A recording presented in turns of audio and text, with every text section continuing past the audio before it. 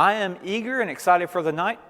I told Terry I did not do a time assist or time assessment of how I've adjusted my teaching.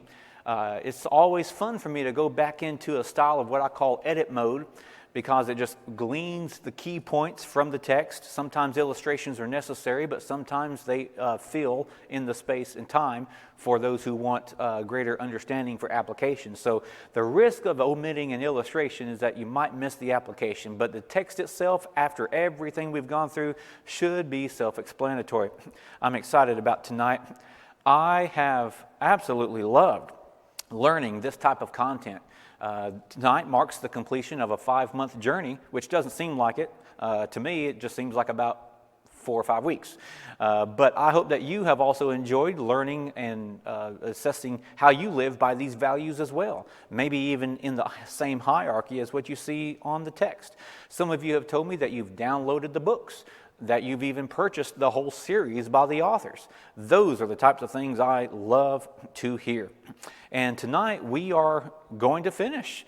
As we look at the finish line, I was looking at the second half of chapter 15 and realized that the keynote highlights could carry us through, maybe even a little early, who knows. But that's perfectly fine if it does. We are going to let then a video from the authors that I typically would have used to introduce chapter 13. It was so well done, that will just be the summary of the entire series. And if it motivates you to read the chapter, excellent, you'll get the greater blessing for it. We have, first though, a meme. We've typically done this, and I like to be comedic in these, but I saw one 2 weeks ago that I just said I'm going to save it for the one-time use, and this is the only one I'll use tonight. And it says, the divorce rate is so high because, and of course we can list a lot of because, but because people get ready for the wedding and not for the marriage. Isn't that good? I was one of those exceptional kids where I was 14, 15 years old, going into church old libraries, checking out videos on how to be the husband I need to be, long before I even thought that there was a girl on planet Earth for me to date. I was one of those kind of kids. But in the process, I came across some great content by Gary Smalley, and I've made this available for you. You can either type this lengthy URL and visit my YouTube page, or in my private listing there, or you can just text me and I'll let you have access to that whole series, which only encourages you to buy his works. He does a great job with those hour sessions in seminar style fashion. So he's more of a presenter, so it's great to be entertained and informed at the same time. So I encourage you to keep the blessings going. This is a video that I saved from Instagram, and I've always said I'll listen to truth from anyone. I don't know this particular preacher. He doesn't call himself a preacher, but he's a good presenter of truths here and there, and you may have seen his work as well. But again, this is a particular clip that relates to one of the causes of boundary resisting that we mentioned last week. And I'll mention this as our first introductory video. This guy, I was thinking, why do men particularly have trouble with boundaries and rules and facing limits and facing tough emotion?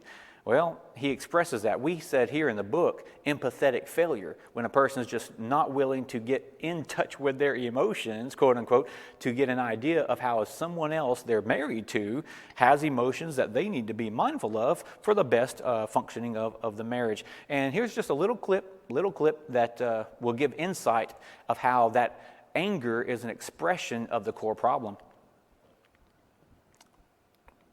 I'm going to go backwards because I may have caught the sound technicians off guard. There's no introductory music to this particular video. Let's see if it works for a replay on the screen. A guy who's always angry is a guy who's always depressed. Women get emotional. Men don't like feeling emotional, so they get angry. They don't like feeling weak, so they get angry. They don't like feeling defeated, so they get angry. They don't like processing their pain or their hurt or their trauma, so they get angry. What happens when a man gets angry? He feels strong.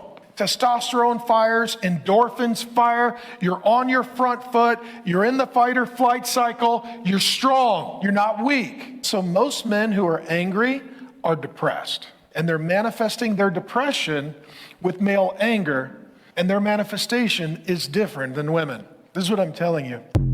All right, so that summarizes half of chapter 15. You're welcome. I didn't have a video speaking from the women's point of view, but a lot of it carries over as well. You've got to be willing to experience those negative emotions so that you can explore for the benefit that is to come. And sometimes, I've often said, sometimes you face a disappointment, you might need an hour, you might need a day, you might need a week, but go through that journey, learn the lessons that you need to, and process things properly. See everything as it is. So in this case, for relational purposes, let's get back to where we were. Class 15 ended here, class 15 starts here, and I'm setting my bezel to know that my reading needs to go 26 minutes before the 6-minute video that wraps it up, and then the 1-minute conclusion of the author's final word. And we have time to do this. Let's have some fun. What you see on the screen is the text, but I will not read everything you see. You might actually, it might be easier for you to listen to what's read and not everything wondering, where is he at? He's skipping a lot here. Well, that's what highlight keynote reading is all about. But let's get going with this, and I hope you appreciate the highlight summaries as he wraps up the book. And again, chapter 15 is all about if you are married to someone who is resisting rules for mutual growth, who is not respecting your value-based preferences or property lines for where you are in the moment and to work together as a team, regardless of roles. So here we go. Hope you enjoy. A spouse may resist boundaries because of a split within his own soul, a lack of integration of love and freedom, for example.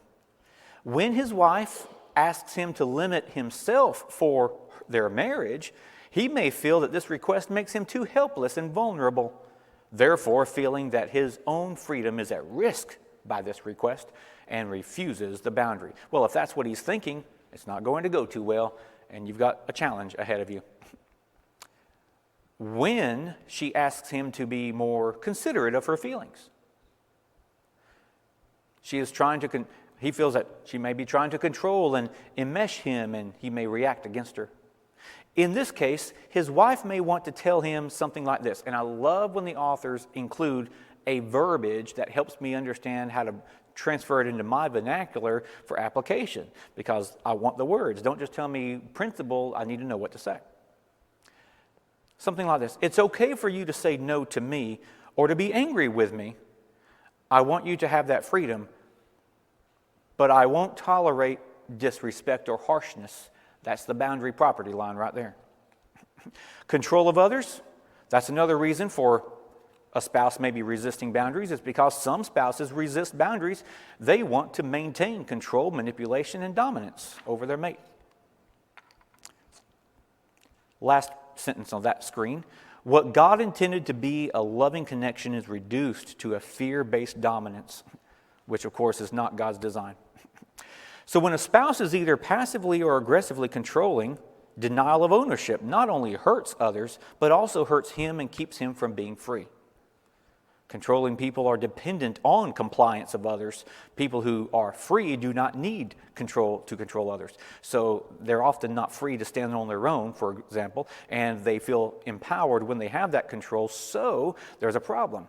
And boundaries are a threat to their way of life, as well as it should be, though. A person with the problem of control sometimes needs love, confrontation, consequences to help him own the issue. So you have that balance. Love, confrontation, and consequences. All three of those are a great combination, like a medicine to attack the illness and maintain life. Here's another resistance factor: denial of imperfection. Basically, spouses who refuse to admit weaknesses and faults stay highly invested in not being wrong or bad. So when some fault is brought to them, if they hold themselves to a standard of I've got to be perfect and I'm not comfortable with the idea that I'm not, then any fault is a trigger. And the example given here is, you didn't take out the trash yesterday. Well, you're going to get it after saying something like that, if that's his perspective.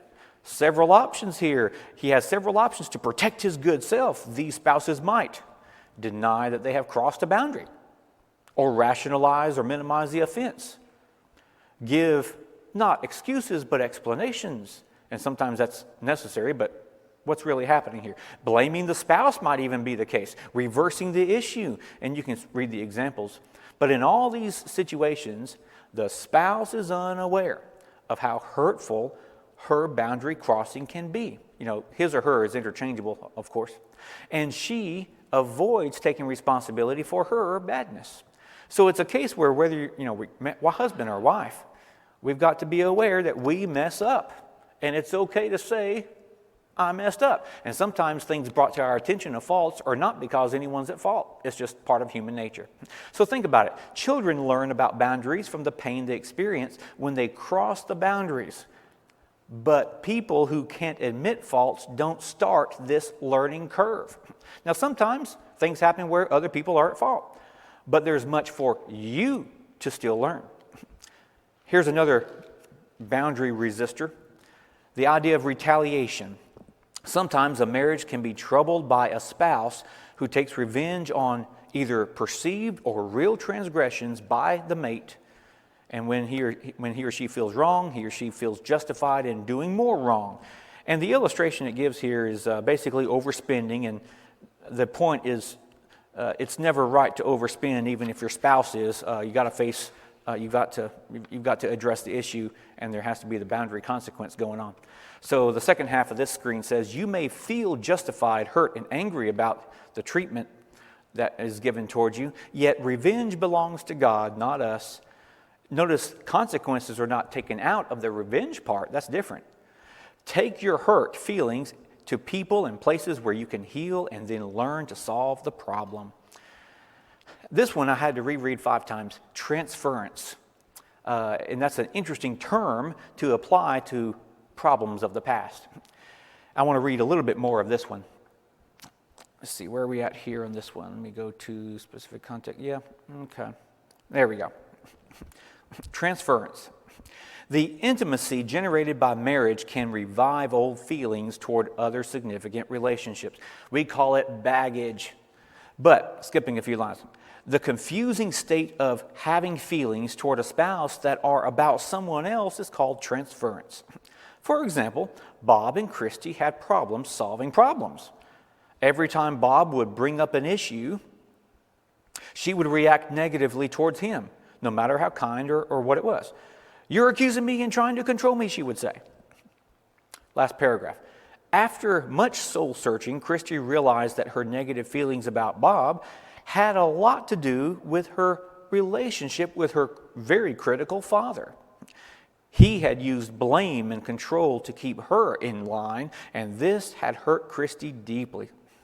Since she had never worked through these feelings toward her father, they were still inside her in a damaged state. When Bob would say, Christy, it really bothers me when you're not getting the kids to bed on time, she would feel like a little girl being harshly scolded. It took some work, but Christy dealt with her feelings about her dad. She could then see Bob in a more realistic light and receive his confrontations in a loving way that he was giving them. That's very deep, and that issue alone may result in countless weeks of your own marriage counseling. You're welcome, because we want to have help here. And here's another one for general purposes. Oh, this was on the screen. I'm so used to clicking for the next key point. That's what I did before. Specific context of resistance. Specific context of resistance. And this is where everything looks great, but maybe there's an issue or two where something's not quite right. Some spouses are empathetic, humble, corrective, and respectful to boundaries in all areas, but maybe one. Whatever this pocket area becomes, both spouses learn to scurry or skirt around it. And it lists several examples. But these context-specific situations can cause a great deal of distance in an otherwise loving marriage. This is where if something's wrong or something's not quite right, acknowledge it with good help and counsel. Generally speaking, there can be more than one cause for these situations. And again, examples are best, but you can read the paragraph yourself. Hope you do. A spouse may simply have no clue as to how this affects the other person. So ignorance. They just may not know how much it's really hurting.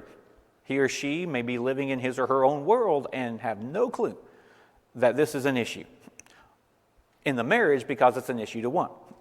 Past hurts in that area. We may not even be consciously aware of how past hurts in this area or that area may be affecting our approach avoidance. Character issues, and this one is self-explanatory, but whatever the cause, the specific context may signal a need to look more deeply into the marriage and the hearts of both spouses. The presenting problem is rarely the real problem, but more likely it is the fruit of a problem root. If you have both spouses on the same page when a problem comes, it's just a problem. But we've discussed this in previous chapters, that if you have a problem towards character issues or perspective, then an issue will bring up another issue behind it. So that makes it more doubly challenging. But if it is character, you do have a job to do. Every bit of this, I'm going to read every bit of this one. Let's suppose your spouse is aware of your feelings and concerns, but ignores, minimizes, or otherwise resists your boundaries. If this is your situation, you have some work ahead of you. It is hard work, but it can also be the most productive thing you will ever do for your marriage. In this section, which is what we're reading, we want to give you a structure to follow to help deal with your resistant spouse problem in a caring and truthful manner. You must not approach this problem as if you are a team, because in this case, remind yourself, your spouse is an adversary to the progress of growth. Like a child having a tantrum, your spouse may hate you for entering the world of boundaries. So understand that you are on your own within the marriage in approaching the issue, but you are not alone. You have God, you have your boundary-loving friends. And of course, in this context, that paragraph might not be as necessary, but it is in the book, and I think it does have its place. A few things you may be tempted to do that will not be helpful, so don't do these. In the process of sticking to your guns and doing what's best for the marriage, don't deny or minimize the situation. Hiding from reality never changes it. Don't ignore the situation and hoping it will get better. Don't become more compliant or pleasing, hoping that love will fix everything. Character issues demand more than love in order to mature. Don't nag. Of course, give time. Don't be constantly surprised at your spouse's behavior. Changing a habit's not easy. Don't blame. Don't take control. Don't take total ownership of the problem. If you rescue your partner from his part, you will only make the issue worse. We've discussed that. There has to be the consequences. So now we're up to the to-do list, and let's have some fun. Specific principles of operation. Make soul connections. Out of all this paragraph, I'll simply say the end. You need to establish healthy, safe, and honest soul communications, connections with God and others. They will serve as a resource for comfort, encouragement, and strength during the stress of boundary negotiation in your marriage. I hope that you think of me and the elders in that way, where you can call them up at any time and say, I'm going through this, and I, first of all, just need a listening ear. Hope you have my number. You have access to it. Grow and own. Grow and own. As you open up, you grow spiritually and emotionally. Good things happen inside. You deal with old hurts. Yay. You become more honest. Yay. You find your heart. Yay. That's your life. You forgive and let go of things. You center your life around God and His life for you. It concludes by saying, it makes sense that if you try to help a difficult spouse learn about love and responsibility, you will grow in those capacities as well. During this process, you may discover why your spouse has a particular issue, and you're growing closer and more helpful in the process. You may find out why you have trouble setting limits. You'll learn a lot about yourself. You may learn about how to be more honest and confronting in safe relationships to prepare you for confrontation in your marriage. A lot of people don't face healthy confrontation because of past hurt, and they stunt themselves from future hurt for that very reason. That's a life changer. You may learn how to receive love and support when you fail in your limits and need grace, encouragement, and feedback. So you become free in the moment you realize that to some extent you have contributed to the problem. So it is freeing to realize your own contribution to a problem, but then you become accountable and empowered. So that's encouraging, and how you deal with others in the process of helping them in their faults. This unearthing will require honest and open exploration, deal with those, and correct them. Here's something to identify the specific issue. Here's a process. You've got to identify the specific issue. If you don't, then nothing will get done. You will need to know the following aspects, however. You'll need to be absolutely clear, if the boundaries have already been set and clearly communicated, what boundary is being violated. For example, he gives, my husband is chronically late. My boundary of being on time is violated. That's a specific example. It has to be clear. How it affects you and your love for your spouse. Be clear on how it affects how you feel and why. Whether or not the problem is a pattern or an occasional event. Why it is important to even risk conflict over. Some things are not worth the effort. Some things are. I like the Block quote on this one. Many spouses make the mistake of creating a huge list of requests for changing in their mate. Well, it's better to pick one thing at a time, one important thing at a time.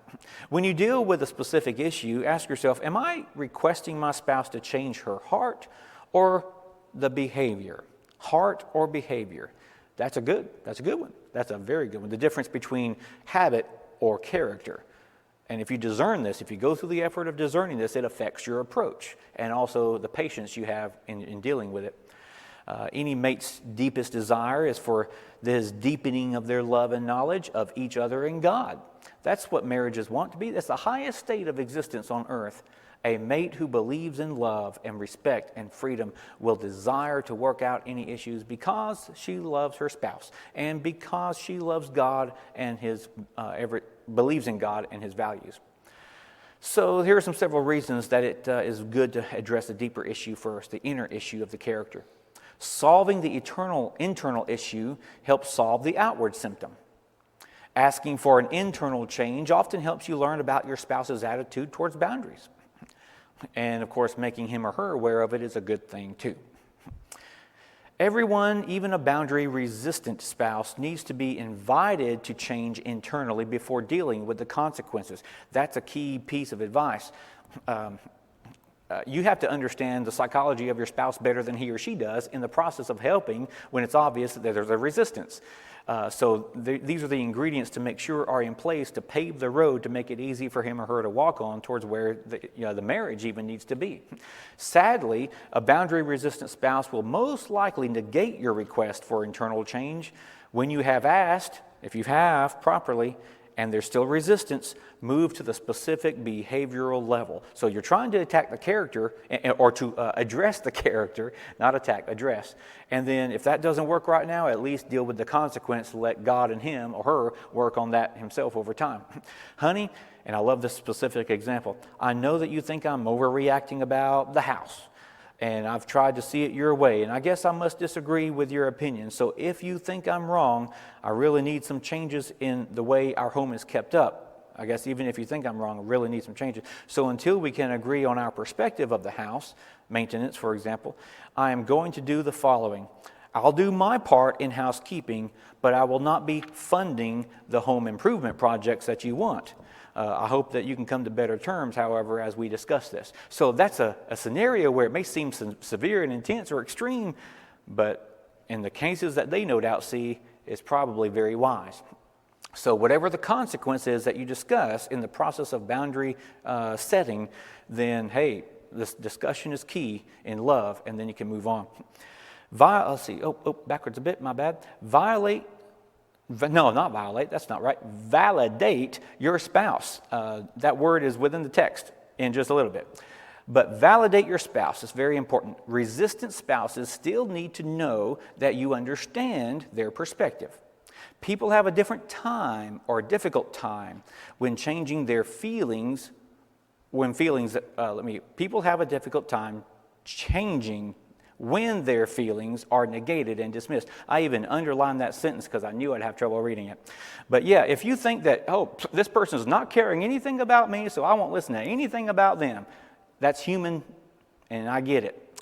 When they feel misunderstood, they cannot trust that their other person has their best interest in mind. So it has to be clearly communicated just about every time.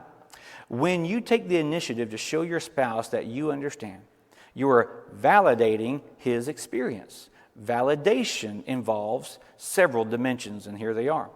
His feelings are important to you. You want to understand and articulate his point of view. And of course, the joke is, men and women both want to be understood. You want to appreciate and respond to what is actually true about his viewpoint. And there's an example given. I agree with you that I don't say anything about the problems for weeks and then blow up. And that's true. I'm sorry. I will work on that. So it's an acknowledgement of a perspective, but you're not letting that also stunt the advancement of what needs to be. So this is how God works with us. He lets us know that our experiences are valuable, and then he also requires change. And here's another one. Love your spouse. Love your spouse. Communicate that your goal is to be close to your spouse. Boundaries are about protecting love. They are not about changing people. Now, I want to stop here and say, wait a minute. You just said by implication that they won't be the same as before.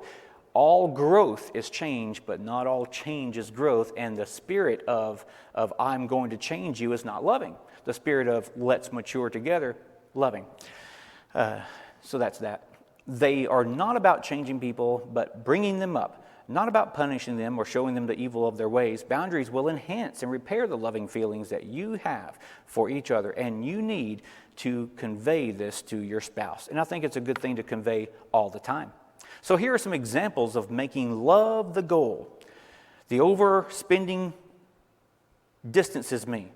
I want to solve it so that we can be close again. You see how that is an acknowledgement of the boundaries being crossed, the approach in a loving way to acknowledge the consequence and the changed behavior so that the benefit can continue, and of course open dialogue if things have been priorly discussed. And then what about this one? When you dismiss my feelings, I can't feel the love. I want to fix that so that I can feel it again. In other words, help me in this. Or, here's an example he gave, your flirtatiousness hurts me and makes it hard to trust you. I don't want to control you. I want to believe you so that I can feel safe with you again. And how many couples relate to that? If you don't establish that you are trying to solve a problem so that love can reign, you risk being seen as a controlling, critical person by your spouse. This is gold, and we're moving right along. Create a level playing field. Here's some hard news. You have to earn the right to require your spouse to change. Look actively at how you may be contributing to the problem. None of us is perfect, and we don't have the right to judge the other. What is even harder is that you need to make the changes yourself, even if your spouse does not. God wants you more like him. Do not depend on your spouse to grow up before you do. That is gold. So, both spouses are responsible for, first, to God to change. That's at the very bottom. Both spouses are responsible, first to God to change. So look at your own contribution to the boundary conflict, make the necessary changes, and then this is a category I like as well. Request the change. This is all so good. Remember all of the above elements as you approach your spouse with a request for him or her to respect your boundary. Be clear and specific about your request, such as, I would like for you to stop belittling me when we are with friends. I can't even imagine that anyway, but you might be there and might need to say exactly those words. I want you to take more initiative in our parenting, especially in helping with the children with their homework, for example. I need you to settle into a steady job within the next 90 days. I want you to look or cook half the meals since we both are working now. Hey, whatever works within the home to balance things out. Each couple's different, each situation's different. But you are responsible to state the boundary problem and your request for change. In so doing, you have transferred some of that responsibility to your spouse because you've verbalized it. That's not easy. So keep moving forward. Here's another part of the program. Give your spouse time and patience. Some boundary-resistant spouses just need time to adjust to that new reality of a boundary-loving spouse. Your clarity and time to adapt may be all your spouse needs. Just give it some time. What about establishing appropriate consequences? This is probably, for me, this would be the hardest one to try to figure out, because if it has to go that far. But if you're married to a boundary resistor, then it probably needs to be developed so that he will experience some discomfort for his irresponsibility. Consequence has to have several things involved, and here it is. Designed to help with reality and protect you, not designed to control or change your spouse. Deal with reality and protect you. Deliberate and not impulsive or set in anger. That's not the motive behind any of this. As reality-based as possible. Appropriately severe. Let the degree of consequence be just enough to fit the occasion and the need. Enforceable. Make sure that this is something that you can and will do. Not fall back on, not slack up on when need to be. Let's see. Preservative of your spouse's freedom. And the quote is, consequences are not something that you do to control your spouse. No, they are reactions to the spouse's choices. Let him make choices, but prepare for your reactions. And of course, this is all predetermined, so there's no surprise. As immediate as possible, respectful of the role of the spouse, designed to be modified as your spouse changes. So this grows over time. And this is a list of problems or boundaries that have been set, and then the consequences that can come when those boundaries are crossed. And you can read this list, of course, as well as any of us, but some of these are interesting. For example, being less messy around the home. Well, like a kid at school, confiscate or give away what you pick up that's not yours, and stop doing the laundry, for example. That may seem severe, but some things are. Ending chronic lateness, well, then leaving without your spouse. That might work. I know one preacher who did that, and it worked. But you can read all of these in due time, and some of them get pretty severe. Examples and consequences. Use the above criteria with prayerful creativity of your own situation, of course. Warn your spouse. If you have requested the change, given the time with no result, she needs to be aware that you will follow through with those limits. You just want the problem solved so that you re-enter love. That's what the goal is. Follow through. A boundary without a consequence is nagging. I'm going to say that again. A boundary without a consequence is nagging. Be sure to follow through with the limit you have set. And frankly, as a preacher, I haven't done that as well in the last 20 years of my life. And I probably should. You should surround yourself with loving, honest people who will support you in this process. They can encourage you, protect you, assure you of the rightness of your stance, and be with you in the process. Observe and evaluate yourself and your spouse over time. God grieves with you when a spouse continually resists those boundaries of love. So a life unaffected by the feelings and hurts of others, even your spouse, goes against everything that is true about God. Yet, God gives people great freedom to be selfish and hurtful, because this freedom may one day be the freedom through which they choose His ways. And he quotes my application of C.S. Lewis's quote by them. Free will is the only thing that makes possible any love or goodness or joy worth having. You've got to have free will. You pray they make the right choice. Deal with escalation and anger, because it will happen. Be prepared and, again, be warned again. Warn your spouse again, but make the consequences stricter, or simply make sure you are sticking to the consequences consistently. Be prepared to be resented. He or she has the right to hate your no, but just understand where it comes from. Don't react to it. This is allowing them to mature and stay connected to God and others. For example, staying connected to a healthy church, a couples growth group that met twice monthly. This is a list of the authors. Weekly couples counseling. And this particular gentleman in the illustration I skipped said he would meet once or twice for breakfast or lunches throughout the week with his healthy friends. Regular time with his best friend. In the process of all of this, when it gets very hard to maintain consistency of these boundaries and consequences, normalize the doubt. You might begin to doubt yourself and wonder, am I being unfair? Am I being too strict? Was this really a consequence I needed to enforce? Am I overreacting? Things like that. But these are all legitimate questions if you maintain that love. the same time, realize that any new way of operating life is accompanied by doubt. So do it biblically, do it properly, use good guides along the way, let love permeate the air in all decisions that you make. And this chapter concludes by saying, remember that God supports you as you follow His ways. Cling to Him and your friends as you establish good limits for you and your marriage. But before you begin that process, please read the next chapter to avoid the mistakes some have made in setting boundaries. And this book would be incomplete if the authors did not do a good job explaining this in the video as well. So let it prompt you. But of course, here's our prayer to basically say, Lord, help me. I've got a lot of problems too. I'm not perfect. I'm married to someone else who's not perfect, but help us be perfect together as we learn to live and love it according to your Spirit. So here is video 1 of 2. This one is 6 minutes, and then we have a 1-minute final word from the authors, and I think it's just a perfect way to conclude this last night of April and conclude the series. And I hope that you have appreciated it just as much as I have. This is where the sound crew can come in, and I'm not sure if there's an audio to this one or not, but we'll see. Hope you enjoy this 6-minute preview of chapter 16, which can conclude our series pretty well. Any good thing, boundaries can certainly be misused.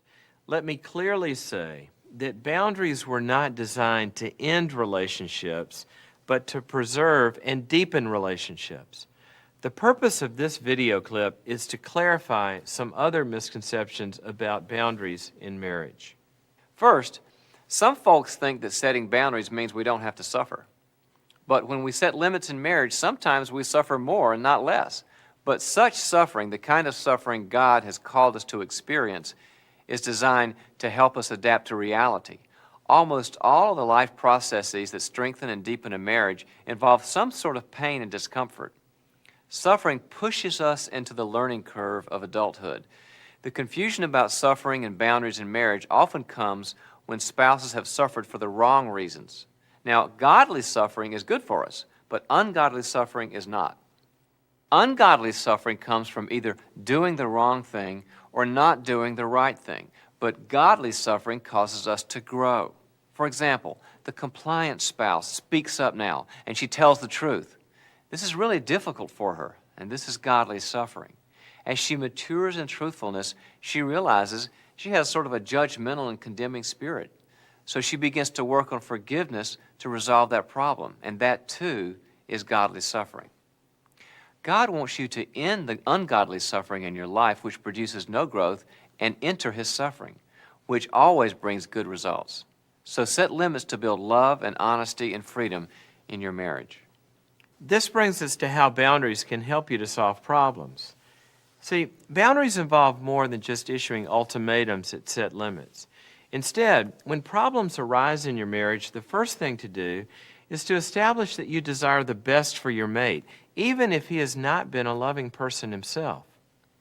And then not only is it your responsibility to speak from love, but it's your responsibility to be receiving care and support and encouragement from God and others outside your marriage. And there are almost no marriage problems in which one spouse contributes 100% and the other 0% to the problem. Both people are responsible for 100% of their side of the problem. So ask yourself, what have you contributed or are contributing to the problem? Whatever the problem between you and your spouse, invite him to change, and with empathy and love, request that he make some specific change. When we warn our spouse, we tell them that something painful might happen in the future, and his behavior will help determine what happens. Silent suffering, now that's not patience. Patience allows the process to happen while you are providing love and truth, which are the ingredients of growth. When love and support and invitation, warning and patience are in place, you may have to follow through on your consequence. Consequences protect you and also help your spouse deal with the reality of his actions. Now, many boundaries can be changed over time as a spouse matures and changes. Finally, be actively and constantly in the process of forgiveness. It is your responsibility to both forgive your spouse and request forgiveness from your spouse. When God wants to help us grow, He does more than simply set a limit. He uses boundaries to encourage us to change and mature and become what He intended us to be. The process of growth is difficult, but the alternative, divorce, is much worse. We'll get to divorce in a minute. But first, that hot potato issue of submission. Let me begin by saying that marriages that work best have equal, interdependent partners with differing roles. Still, few passages in the Bible have been subject to more misunderstanding and misuse than Ephesians chapter 5, verses 22 through 23 and 25. It has, for instance, been used by a husband wanting to control rather than wanting to serve his wife. In the Bible, however, leadership does not mean domination. The idea of submission is never meant to allow someone to overstep another person's boundaries. A leader is a giving servant who is committed to the best of those he or she is leading. Now, if a wife is resisting a husband who is loving and truthful and protective and providing for her well-being, then something's wrong here. If you and your spouse are not using your freedom and boundaries to serve each other, then you really don't understand love, because love is not self-seeking. So freely seek each other's best, and submission issues will resolve. Finally, the divorce question. Divorce is not a boundary in a relationship. Divorce is an end to a relationship. God's solution for, I can't live that way anymore, is basically, good. Don't live that way anymore. Do marriage my way instead. And God's way means acting on the behavior suggested in the following three questions. First, what can you do to set firm limits against evil behavior? Second, what can you do to get the love and support you need from other places? And third, what can you do to suffer long but in the right way? Boundaries in marriage seek to change and redeem the relationship. Divorce should never be the first boundary. It is your responsibility to set boundaries in the context of the relationship, not for the purpose of ending the relationship. Use boundaries to end your suffering, and then use those boundaries to bring about redemption, change, and reconciliation as well. We have seen it happen many, many times in, quote, hopeless situations. When one spouse finally gets true boundaries, the other one turns around. Give it a chance. You'll notice that in the book I omitted as well the reading of the divorce matter. It was proper and fitting for the book, but not for us, since we will spotlight that in either an upcoming class or a sermon. But in this video, the authors have their final word, and I'll let them speak my sentiments as well.